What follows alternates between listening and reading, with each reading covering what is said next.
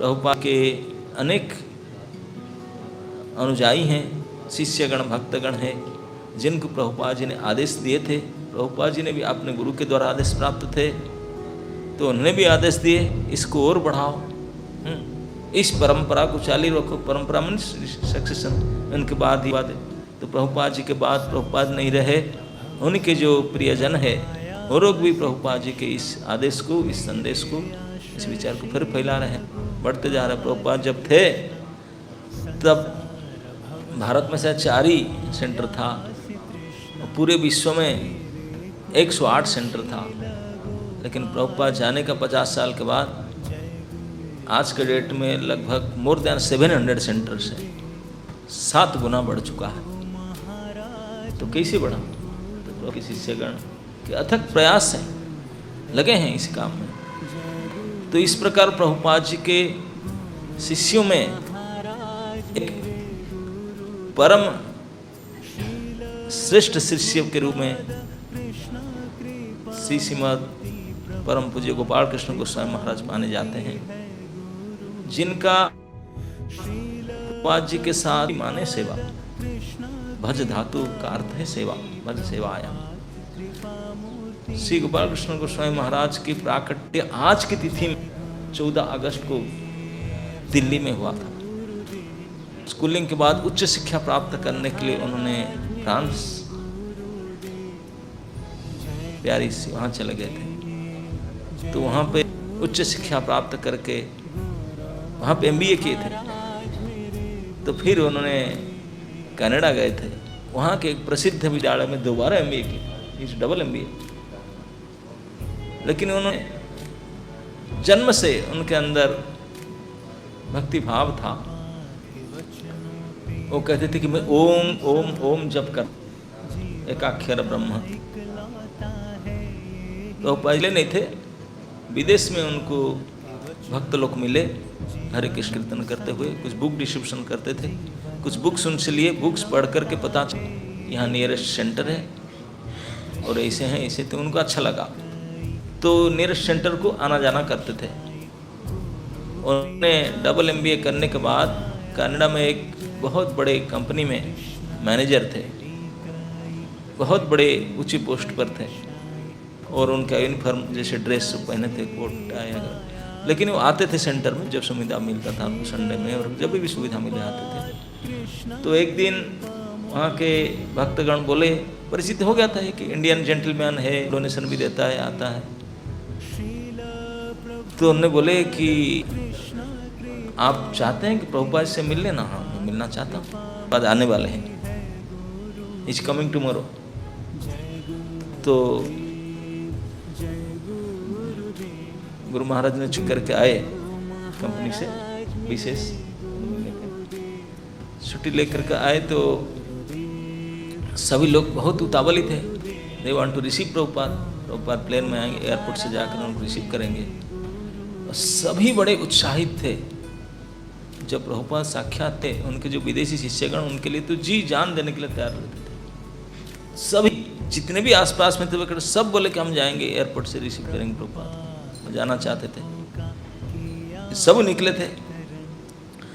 इस समय गुरु महाराज पहुँचे तो उनको जो इंचार्ज थे, उनको चिंता था कि जो इस घर में प्रभुपाद जी रुकेंगे, जो क्वार्टर में, उनको क्लीन करना था, कौन सफाई करेगा। सब तो कोई राजी नहीं, बोले मैं भी जाऊंगा रिसीव करने, एयरपोर्ट जाऊंगा, कोई राजी नहीं हो रहे थे।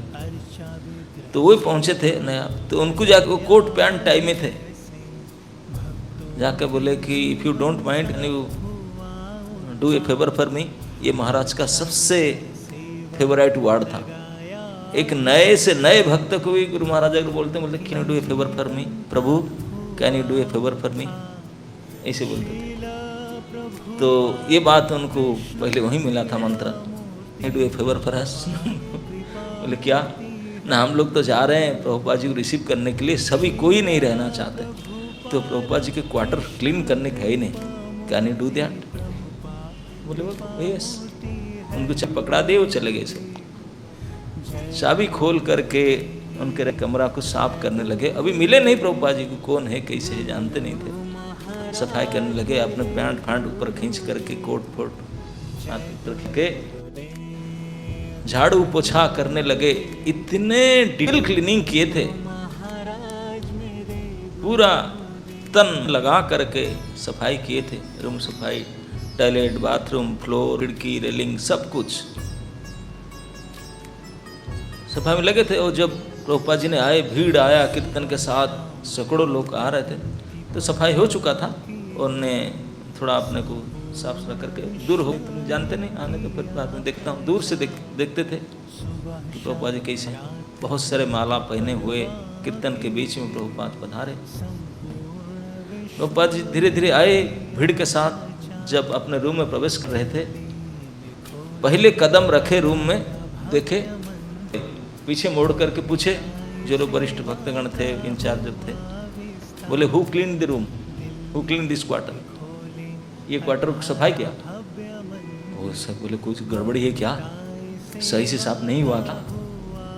सब बोले Prabhupada I was not there, मैं नहीं सफाई तो नहीं किया, मैं तो गया था रिसीव करने के लिए। सबका सफाई नहीं, कोई गड़बड़ी है इसलिए शायद डांटे, कुछ करेंगे, क्लीन ठीक से नहीं। सब बोले कि हम नहीं थे, हम नहीं किए। प्रभुपाद बोले ये तो मैं जानता हूँ, आप मेरे साथ अर्पण होते, आप नहीं किए तो किया कौन? किसी ने सफाई किया है? हाँ, हम किसको बोल कर गए थे। किसको बोला था? बोले वन इंडियन मैन है, उनको बोले थे। प्रभुपाद जो सुन, भारत का जेंटलमैन है? बोले हाँ, बड़ा जेंटलमैन है, बड़े एजुकेटेड है, तो उनको बुलाओ। अब घर में प्रवेश करने से पहले उनको मिलना चाहते थे। कौन है भारत? क्यों बुलाना चाहते थे? भारत ना सुन, क्योंकि वो सफाई के स्टैंडर्ड देख लिए थे। सच से वंडरफुल क्लीनिंग, इतने अच्छा सफाई किए थे। सफाई को देख करके समझ लिए वो जो व्यक्ति सफाई किया है, वो सचमुच अपने हाथ लगा करके क्लीन किया है, अपने हृदय, तन मन हृदय लगा करके सफाई किया है। वो तो कोई क्लीनर भी ऐसा नहीं क्लीनिंग कर सकता। ये बिल्कुल ऐसा सफाई किया है, वो तो सराहना के योग्य है। उनको बुलाओ, मैं उसे मिलना चाहता हूँ। इतने अच्छा सफाई कौन किया है? आप लोगों में तो कभी नहीं किए होंगे, कि करेंगे भी नहीं। वो डन सबसे वंडरफुल। तो बुलाए, वो तो दूर में खड़े थे। अब जाके पकड़ कर लेकर आए, तो सबसे जी को मिलने के लिए, गुरु महाराज इंटरेस्ट नहीं थे मिलने के लिए, मतलब वो इंटरेस्ट थे, लेकिन वो प्रयास नहीं किए थे। प्रभुपाद जी गुरु स्वयं प्रयास किए मिलने के लिए। प्रभुपाद जी ने प्रसूर बुलाओ, उनको कौन सफाई किया था, मैं जानता नहीं उनको। तो उनको पकड़ कर लाया। आज एक क्लीनर इंट्रोडक्शन हुआ था, सफाई कर्मचारी के रूप में हुआ था। और इंट्रोडक्शन जो पता चला, ही जो डबल MBA ईयरली 70s में, तब भी जमाने में को BA पास हो जाता था तो बोलते कि बाप रे बाप, तो जमीन में पैर नहीं रहेगा। और double MBA from Paris and Canada, वो सबसे उच्च विश्वविद्यालय, विश्व के A ग्रेड के विश्वविद्यालय में तो मास्टर डिग्री करके कितने बड़ी उच्च शिक्षित थे। तो प्रभुपाद जी को बहुत गर्व हुआ। प्रभुपाद फील सो प्राउड कि इतने एजुकेटेड है, भारतीय है, लेकिन इतने अच्छा सेवा की, कोट पैंट टाइप पहन कर कोई सफाई जो किया है, ये तो रिमार्केबल है। इसी कार्य को देख करके प्रभुपाद जी ने समझ गए और पूर्ण कृपा के साथ उनको फिर अपना लिए। उसी दिन से अपना लिए थे। और उसी दिन के बाद एक प्रभुपाद जी के वरिष्ठ शिष्य से मैंने सुना हूँ, बोले प्राय प्रभुपाद जी के पत्र में से अधिकांश पत्र गुरु महाराज के पास था। उन्होंने भी लिखते थे, वो भी लिखते थे, क्योंकि थोड़ा दूर में रहते थे। इतने पत्रालाप वहाँ करते थे, इतने उनका भरोसा था, इतने डीलिंग था, बहुत बड़े विश्वास पात्र थे। इस वृंदावन मंदिर को बनाने के लिए बड़े बड़े प्रभुपाद जी के शिष्य सन्यासी लोग लगे हुए थे, लेकिन कब होगा उद्घाटन, डेट हो नहीं हो पा रहा था, कई प्रकार का अड़चन आता था। तो प्रभुपाद ने अंत में जाकर के 1975 सबसे प्रथम बार गुरु महाराज को विदेश से बोले नहीं आप भारत जाओ। तो उन्होंने अपने नौकरी वगैरह छोड़ करके प्रभुपाद जी कैसे, उनको प्रभुपाद जी ने जीबीसी बना दिए। गृहस्थ थे, रहे थे, लेकिन उनको इतनी बड़ी गुरुदाई, सबसे top most position in ISKCON, उनको देख करके भारत जीते। और सबसे पहले भारत में आ करके मथुरा स्टेशन उतर के टांगा में बैठ करके वृंदावन आए, और आ करके जिस साल आए थे उस साल कृष्ण बलराम मंदिर का उद्घाटन हुआ था उनके संरक्षण में। 75 रामनवमी में कृष्ण बलराम मंदिर का उद्घाटन हुआ था। इस समय he was the first GBC at that time, और अंत तक उन्होंने रहे।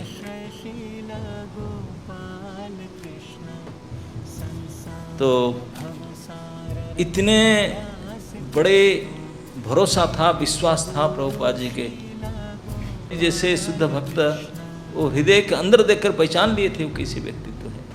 इसलिए उनको इतनी बड़ी रिस्पॉन्सिबिलिटी दायित्व देकर भेजे थे, और वो रिस्पॉन्सिबिलिटी को वो कैसे निभाए ये तो प्रमाण है। आजकल देख सकते हैं दिल्ली में तो नाम निशान नहीं था कुछ, लेकिन उन्होंने बोले थे कि दिल्ली ऐसे भारत की राजधानी यहाँ होना चाहिए। आज एक मोर देन 1 डजन सेंटर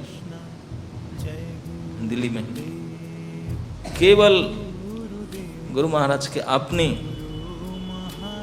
अध्यवसाय बल प्रयास साधना के बल पर ऐसा हुआ है। तो ऐसे महापुरुष जो गुरु के सेवा के द्वारा ही उनके कैरियर शुरू होता है, उनके भक्ति के शुरुआत फाउंडेशन स्टार्टेड क्लीनिंग। मैं गुंडीचा क्लिनिक दिन ये बात बता रहा था, भगवान स्वयं मंदिर को मार्जना करके देखा है कि ऐसे मार्जना करना चाहिए कि भगवान आके बैठ जाए मंदिर। तो उन्होंने इस मार्जना के साथ क्लीनिंग के साथ उनमें इंडक्शन हुआ था भक्ति राज्य में, भक्ति के शुरुआत में। और इस प्रकार से इतने अपने गुरु जी मन को जीते, उनके विश्वास को जीते, उनके इतने प्रिय पात्र बन पाए, और उनके कृपा से सफल भी रहे। तो आज उनके डेट के अनुसार शुभ आविर्भाव है। इसलिए श्रीमान अर्जुन हरि प्रभु यहाँ है कि नहीं पता नहीं, तो उनका इच्छा था कि कम से कम यहाँ भी उनका किया जाए, क्योंकि ये रुक्मिणी विहार का जो एक्सटेंशन है राधा गोविंद और सुनीता गौर केंद्र है, अर्जुन हरि प्रभु ने निर्माण करके और सब कुछ करके हैंड ओवर करना चाहते थे। तो गुरु जी को दिए, गुरु जी ने बोले इस्कन का ये, हम तो हम इस्कन को दिए। तो इस्कन वृंदावन का ये एक केंद्र के रूप में अभी माना जाता है। तो उनकी इच्छा से कि जिन्होंने इस केंद्र को इस दिया, उनका आज उनका व्यास पूजा होना चाहिए। व्यास पूजा तो 30 तारीख को तिथि के अनुसार मंदिर में करेंगे, तो यहाँ क्या होगा, तो यहाँ कम से कम आज करेंगे डेट के अंदर।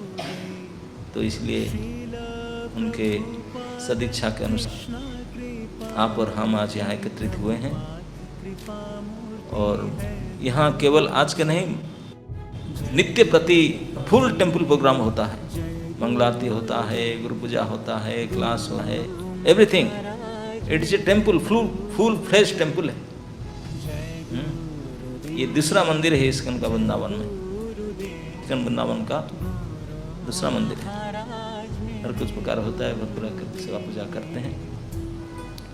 तो अगर आपको किसी प्रकार से मंदिर में जाने में दिक्कत होता है, जा नहीं पाए, तो इस मंदिर में भी आ सकते हैं। पर एनी पूरा दैनंदिन जो कोई भी आरती में, क्लास में, कथा में, कीर्तन में, किसी प्रकार से इस्कन के मना है। अगर उस मंदिर में जाने में दिक्कत हुआ, तो बहुत दिक्कत है, गेट है, ट्रैफिक है, कई प्रकार के, आप दूर में है, बारिश हो रहा है, प्रकार के समस्या, तो सीधा यहीं आ जाइए। अभी भी यहाँ इतने ट्रैफिक नहीं हुआ है, खुला है।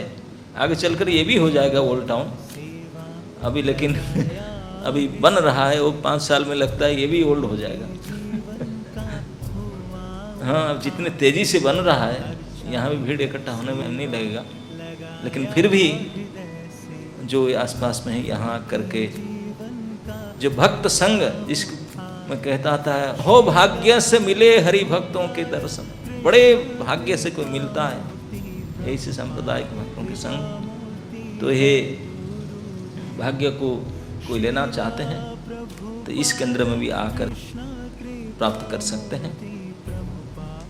तो जैसे हमने बताया, आज के ये कार्यक्रम विशेष रूप से गुरु महाराज के जन्म तारीख के रूप में उनको सुपुर्द किया है। तो इसलिए हम प्रयास किए थोड़ा बहुत उनके बारे में स्मरण करने के लिए कि कैसे भक्ति जीवन में गुरु का भूमिका अत्यंत महत्वपूर्ण है, उनके बिना तो भवी नहीं है। और इनमें से हमारा रिश्ता है इस संस्था में एक प्रामाणिक अधिकारी के रूप में, आचार्य के रूप में, एक सफल आचार्य के रूप में गुरु महाराज की भूमिका रहा।